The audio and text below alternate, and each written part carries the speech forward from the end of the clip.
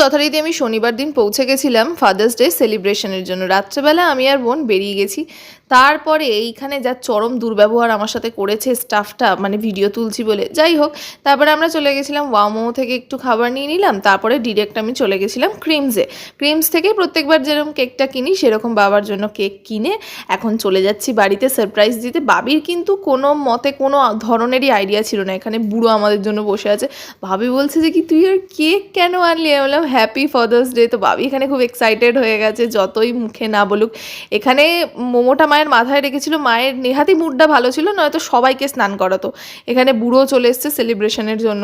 তো তারপরে আমরা বাবিকে গিফট দিয়ে দিলাম, বাবিকে বোন পার্ক দিচ্ছে।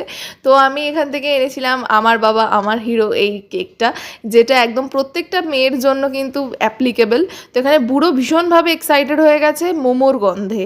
তো তারপরে আমরা কেকটা কেটে নিলাম।